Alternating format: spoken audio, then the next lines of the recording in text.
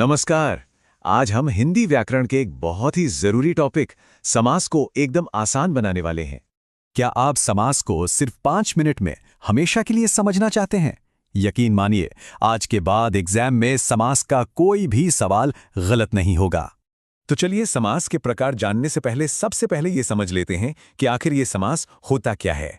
एकदम बेसिक से शुरू करते हैं। देखिए, समास का सीधा सा मतलब है संक्षिप्तीकरण, यानी किसी बड़ी बात को छोटा करना। ये एक ऐसी प्रोसेस है जिसमें दो या दो से ज्यादा शब्दों को मिलाकर एक नया छोटा सा शब्द बना दिया जाता है। और ऐसा करते हुए हम बीच में आने वाले जोड़ने वाले शब्द जैसे का या के लिए को हटा देते हैं। जैसे एक बहुत अच्छा उदाहरण है राजा का पुत्र। अब इसमें से हमने का को हटा दिया और ये क्या बन गया? राजपुत्र। देखा कितना सिंपल है, लंबी बात छोटी हो गई। एक बात और याद रखनी है, हर समास के दो हिस्से होते हैं।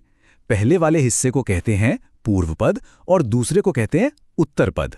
और जब ये दोनों मिल जाते हैं तो एक नया ही मतलब निकल कर आता है, जैसा हमने राजपुत्र में देखा। बहुत बढ़िया।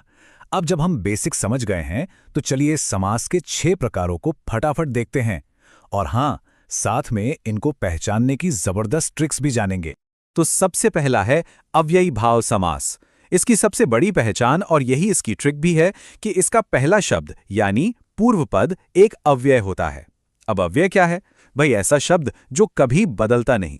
जैसे प्रतिदिन में प्रति है, यथाशक्ति में यथा है और आजीवन में आ। तो एग्जाम के लिए ट्रिक एकदम सीधी है।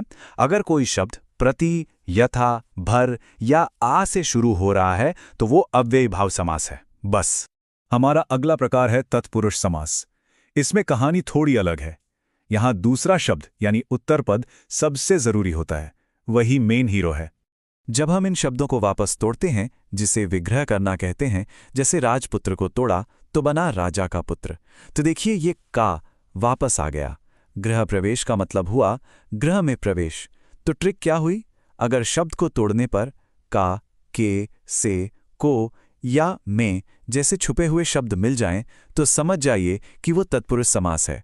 और हां, ये एग्जाम में सबसे ज्यादा पूछा जाता है। बहुत अच्छे, 2 प्रकार तो हमें समझ आ गए। चलिए अब तेजी से अगले 2 की तरफ बढ़ते हैं, कर्मधारय और द्विगु। तीसरा प्रकार है कर्मधारय समास। ये समास पूरी तरह से विशेषण और विशेष्य के रिश्ते पर टिका है। अरे आसान भाषा में कहूं तो इसमें एक शब्द दूसरे शब्द की क्वालिटी या विशेषता बताता है। जैसे नील कमल, मतलब नीला है जो कमल। यहां नील शब्द कमल की विशेषता बता रहा है। या महापुरुष, यानी महान है जो पुरुष। तो ट्रिक ये है, अगर पहला शब्द दूसरे शब्द को डिस्क्राइब कर रहा है, उसकी तारीफ कर रहा है, तो वो कर्मधारय समास है। अब आते हैं चौथे प्रकार पर, और सच कहूं तो ये अक्सर सबसे आसान होता है पहचानना। इसका नाम है द्विगु समास। देखिए त्रिलोक में 3 का मतलब क्या है? 3। पंचवटी में पंच का मतलब 5। तो इसकी ट्रिक इससे आसान हो ही नहीं सकती। अगर पहला शब्द कोई नंबर, कोई संख्या हो तो वो द्विगु समास है ना? एकदम सिंपल। चलिए अब हम आखिरी 2 प्रकारों पर आ गए हैं, द्वंद्व और बहुव्रीहि। हाँ, ये थोड़े कंफ्यूजिंग हो सकते हैं, लेकिन एक बार समझ लिया तो पूरे नंबर पक्के हैं। तो 5वां प्रकार है द्वंद्व समास। इस समास की खास बात यह है कि इसमें दोनों पद यानी पहला और दूसरा दोनों बराबर के इंपॉर्टेंट होते हैं। यहां कोई छोटा बड़ा नहीं, दोनों की बराबर की वैल्यू है। जैसे माता पिता, इसका मतलब हुआ माता और पिता। दिन रात का मतलब दिन और रात। तो यहां की ट्रिक ये है, अगर 2 शब्दों के बीच में और का भाव आ रहा हो या वो एक दूसरे के उल्टे यानी विलोम हो तो वो द्वंद्व समास है। और अब हमारा छठा और आखिरी प्रकार बहुव्रीहि समास। ये सबसे निराला है। इसमें ना तो पहला पद जरूरी होता है ना दूसरा, बल्कि दोनों मिलकर किसी तीसरे ही व्यक्ति या चीज की तरफ इशारा करते हैं। मतलब यहां शब्द सिर्फ एक प्रतीक है, एक सिंबल है। जैसे पीतांबर का मतलब पीले कपड़े नहीं, बल्कि वो जो पीले कपड़े पहनते हैं, यानी श्री कृष्ण। दशानन का मतलब 10 मुंह नहीं, बल्कि रावण। तो ट्रिक यही है, अगर शब्द का असली मतलब किसी तीसरे व्यक्ति की ओर इशारा करे तो वो बहुव्रीहि समास है। क्या बात है! हमने सभी 6 प्रकारों को अच्छे से समझ लिया है।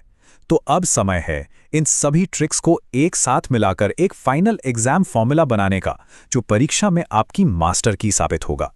चलिए इसे एक बार तेजी से दोहराते हैं।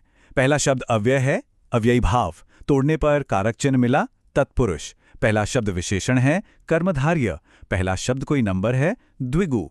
और का भाव है द्वंद्व, और अगर मतलब किसी तीसरे की तरफ जा रहा है तो बहुव्रीहि।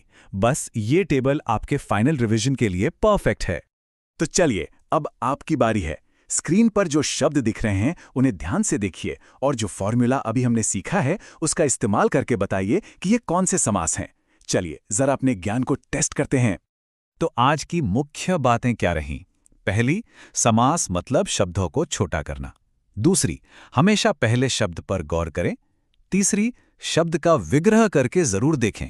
और चौथी, खुद से पूछें कि क्या इसका मतलब किसी और की तरफ तो नहीं जा रहा। इस विश्लेषण को सेव कर लीजिए और अभ्यास करते रहिए। वादा है अब आप समास में कभी भी कोई गलती नहीं करेंगे।